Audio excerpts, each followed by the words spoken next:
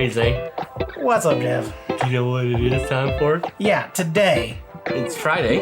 Which is today. And it's second pour. It's second pour. Our second pour of the year. That is right. And today we're going to review Penelope. That's right. Toasted barrel finish. It's twice toasted from what I understand. Oh, it's twice barreled. Twice barreled. Twice barreled. There we go. So it's been barreled twice. And we're going to review that when? Right now, actually, right after this.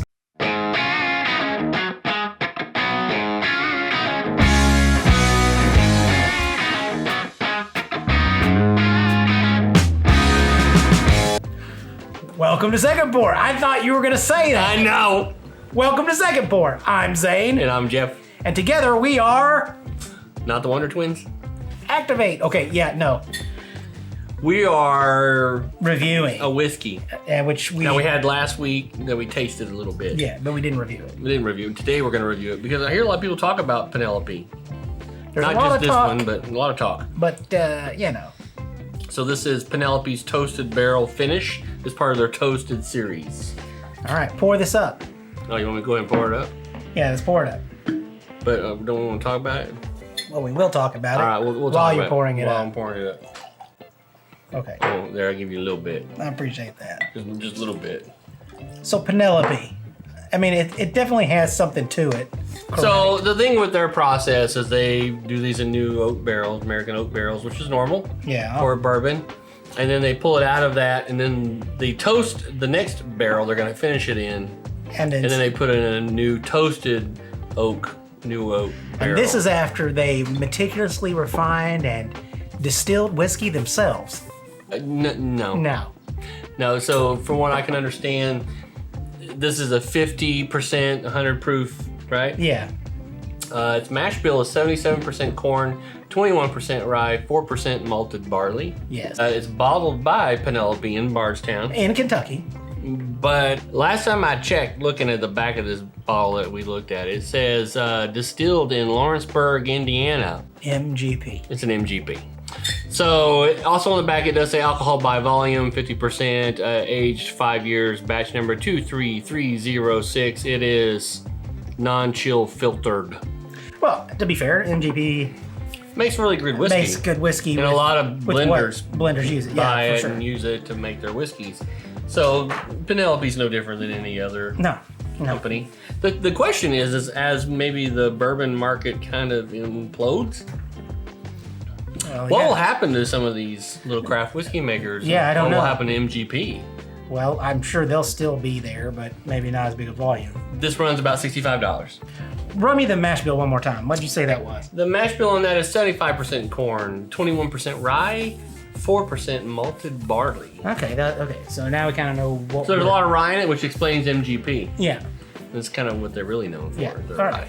So first thing we do normally when we have one of these reviews, smell the whiskey, and then we taste the whiskey, and then we say what the finish is, and then we within all that we have us the experts that smell, taste, and the finish, and then we go back to we go look and see what those other people, you know, the ones that manufactured, see what they say. The ones they bought where they bought the whiskey, and then yeah.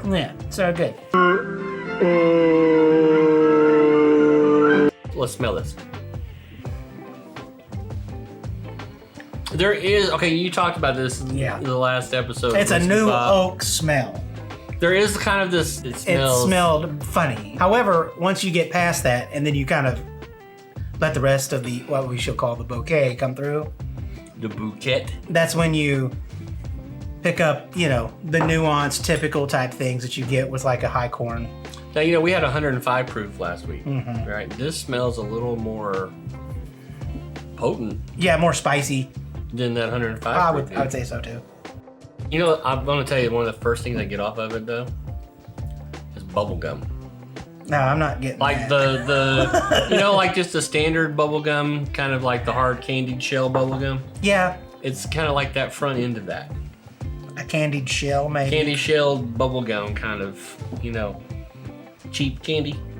Yeah, if you go that route. It's there just a little bit. Yeah, maybe a little bit, and of course because of the high alcohol content. How much have you been drinking? The alcohol content, because the alcohol content's a little high. It does sting a little, but I can still smell that kind of that candied shell, bubble gum kind of. I'm still trying to even put a flavor palette together here. I think you're nailing that new oak. The new oak is really strong. I think that's what you're getting. Yeah, I was looking for the toasted smell. You're not getting the toasted smell. I'm not getting the toasted smell. All right, so let's see. The smeller could be broken. Should we see what they say we should be getting out of it? Yeah, I'd like to see what they say. They say brown sugar and cinnamon breakfast pastry. Well, and we just call it cheap bubblegum. I have those for breakfast all the time. You know, I'm not getting Pop-Tart or anything out of that. No, I'm not. Not getting brown sugar Pop-Tart. I could see why they would say brown sugar, because everybody's tired of saying caramel. Well, see, I did say, candied shell, so maybe sugar. Yeah. It just has to be brown in color. Yeah, so. When you take sugar and you start heating it up in a pan and it turns kind of brown. Caramelized? It's caramelized. That's what it is. It's caramel. Yeah, okay. Caramelized brown sugar. But with that, you do get a vanilla aroma. The vanilla is there. It's a faint, but vanilla's always faint anyway. Yeah, and it's like, what does bourbon smell like? Well, it smells like caramel, kind of vanilla, and a little bit of wood. And if you're somebody who's never really had whiskey, you usually say it smells like alcohol and tannin and lighter fluid. I think it's time for us to try this. Oh, praline. Praline, caramel with nut.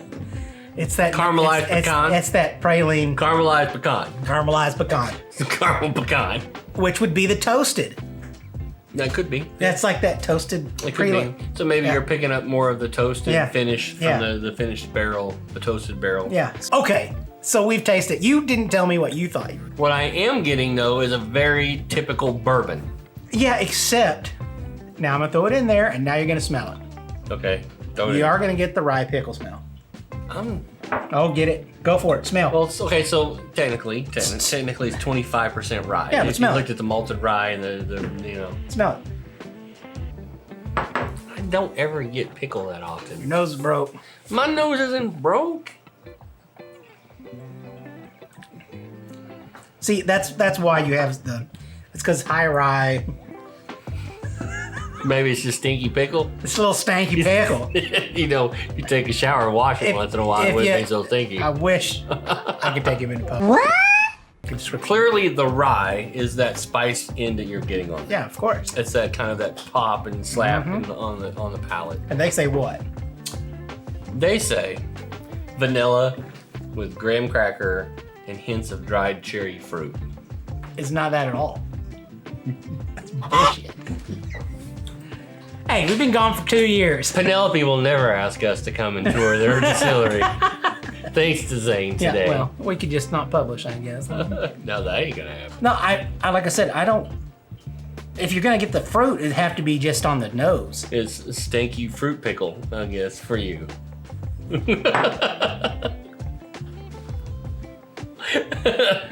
On a scale of 1 to 5, and stanky fruit pickle. Stanky fruit. No, we're not going down this path. I would give this a 5 in the level of stanky fruit pickle.